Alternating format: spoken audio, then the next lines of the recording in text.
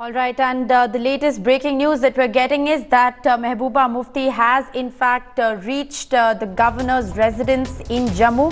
Mehbooba Mufti was travelling to Jammu this morning to meet NN Vohra.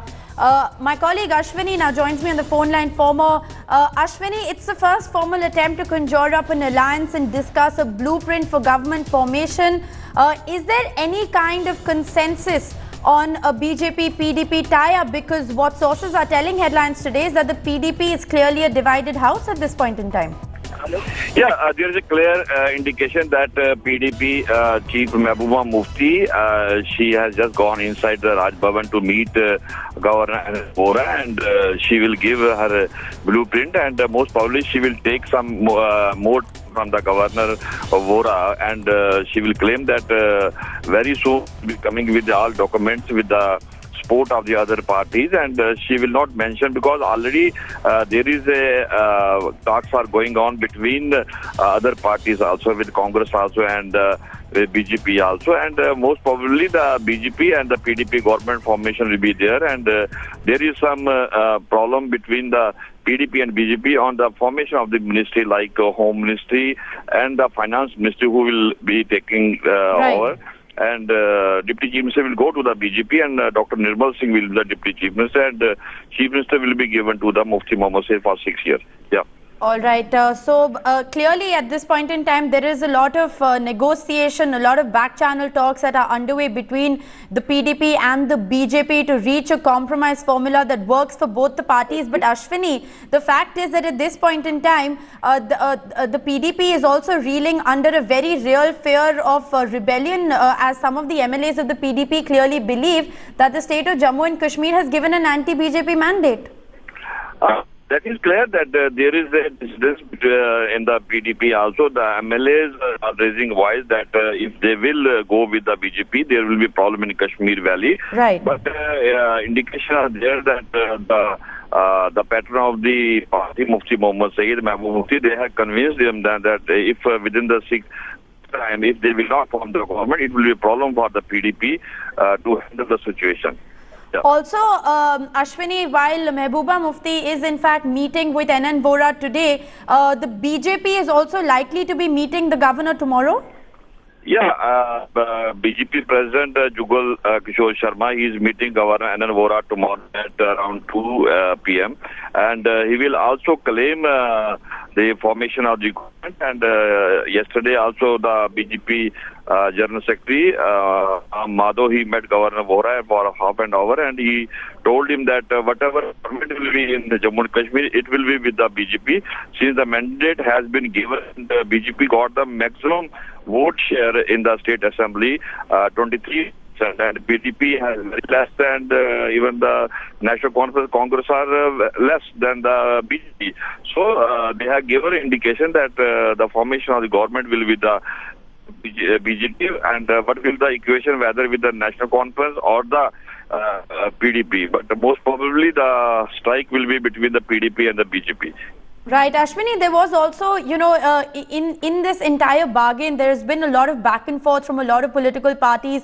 We've seen people come out, offer support, then withdraw it. There's been, there's been a lot of, there have been very hectic parleys that have in fact gone on ever since the results have been announced. There was also talk, in this interim period about there being a chief minister on a rotational basis. Is that something that is perhaps going to be a sticking point between the PDP and the BJP? Or is the BJP happy to settle with the post of Deputy Chief Minister?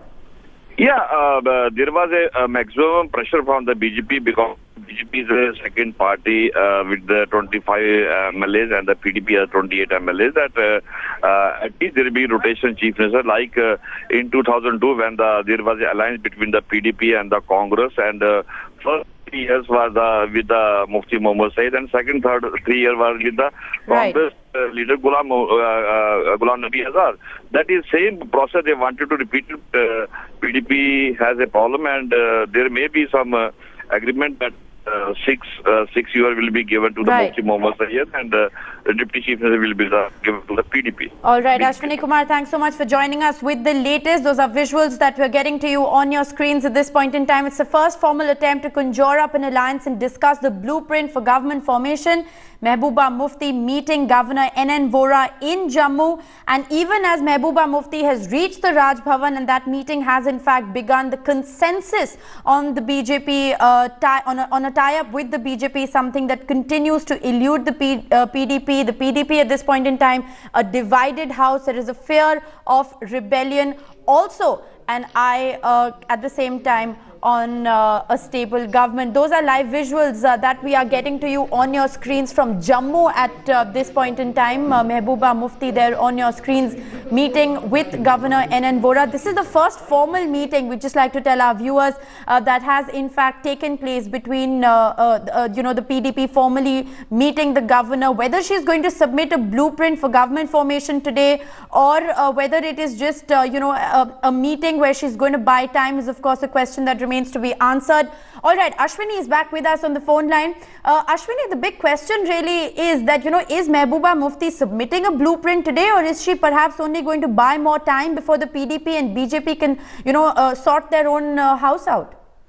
No, I don't think that Mehbooba Mufti has any blueprint with her to give the Governor NN Vohra, but she will, because there is a formal letter from the Raj Bhavan to the President of the PDP, she will just meet Governor, and she will request to Governor that give more time, because up to 19th of January they have a time to buy time from the both parties, PDP and the BJP, and they will muster the support of the other parties also, and within 2-3 days, there will be a final deal between the two parties, either with BJP or PDP, or with the National Conference.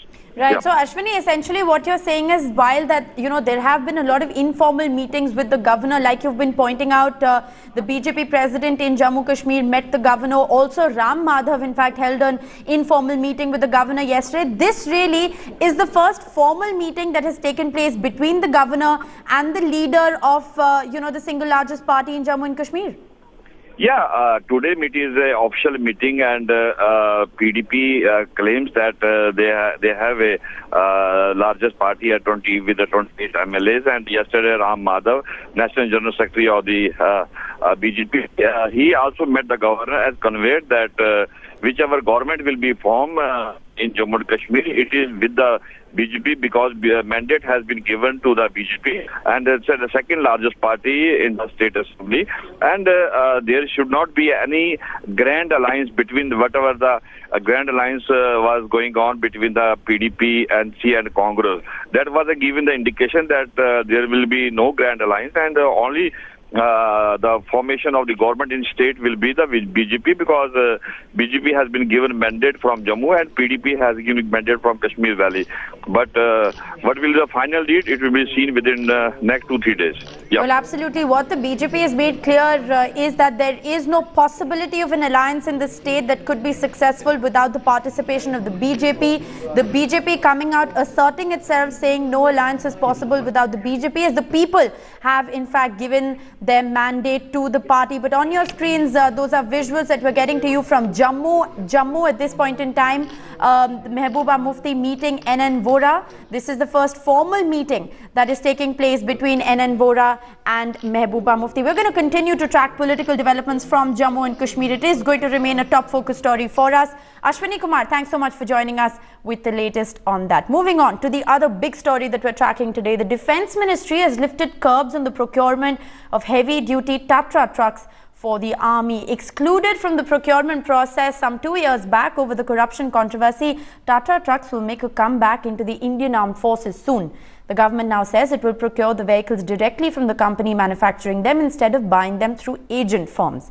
Tata trucks had shot to prominence after the disclosure by the then Army Chief General V.K. Singh that an arms dealer had offered him bribe to get the Tata trucks file cleared. The government argues that it will not deal with those under the probe, and it needs to ban, but it needs the ban to be lifted with immediate effect, as there are some immediate requirements that need to be met. The rationale is that the ban on these heavy-duty trucks had resulted in delay in setting up of missile agreements for the Army and the IAF.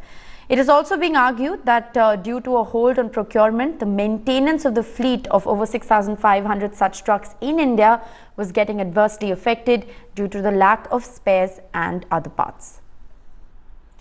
My colleague Jugal Purohit now joins me on the phone line for more.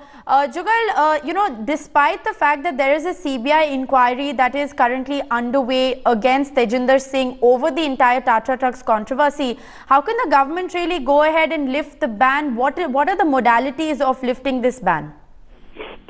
Well, Rishika, it's an important point that you've raised, but for our viewers' understanding, we need to explain it that the Tata truck is essentially a product. And India used to buy that product for whatever reasons that are still under investigation through a middleman or a middle agency which was based in the UK, and the inquiry is on those links. What the Defence Minister has said is that he would essentially bypass the middleman and would rather deal with the company. The reason for that is, of course, as you pointed out, India's operational efficiency is getting hurt. Tata is a truck which has been, it's an all-terrain vehicle. India has been using it for decades now. Spares are a problem. Newer trucks are a problem as a result of this inquiry and the scam. So what the Defence Minister is suggesting is that he would keep those people out who are under a cloud of investigation and deal directly with the source company so that the operational requirements are met. Now, what this means is basically for the Army, for the Air Force, for missile squadrons that the armed forces operate, problem of spares would not hit so much. And this is, merely an initial statement. The broader contours have to be still worked out.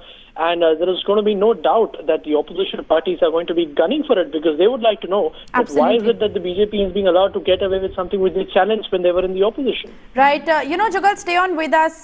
Strategic Affairs Editor Gaurav Sawant is also joining us on the phone line. Gaurav, this really is a big bang announcement just before the end of the year. The government partially, lifting the ban on Tata trucks. Defence Minister also talking about changes in the defence procurement policy. Shouldn't the government just have perhaps waited for a clean chit to be given in this entire Tata Trucks controversy before going ahead and lifting the ban even partially? Rishika, so far the situation has been that arms companies get banned. There is no action against those who indulge in corruption, and defense preparedness, operational preparedness of the armed forces suffer. That has been the case over decades. And you look at the Bofors scandal. In the Bofors scandal, the country's artillery preparedness has suffered for the past 30 years with no action against those who were allegedly involved in the corruption. And the country's defense preparedness suffered. So what Manohar Parrikar is doing, as you rightly pointed out, one, it is a bold step. Two, it is desperately required because you have new missile units that are coming up, but those missile units don't have trucks. You have existing 6,500 trucks. Almost 30% of those 6,500 trucks desperately require spares. Also, the Tatas are not getting upgraded. These are all-terrain vehicles which are required not just on our northern borders but also on our eastern borders. So operational preparedness cannot be allowed to suffer. Right. That is why this decision has been taken. All right, that procurement ban has in fact been lifted from Tata Trucks. There is currently a CBI inquiry that is underway against Tejinder Singh in the Tata Trucks controversy. But as Jugal and Gaurav have been pointing out, that this is a bold step that the government has taken to in fact meet operational requirements. It's a bold step, but it was desperately required. It's a big bang announcement just before the end of the year. The government partially lifting the ban on Tata Trucks. Defence Minister Manohar Parrikar also assuring changes in the defence procurement policy. We're going to continue.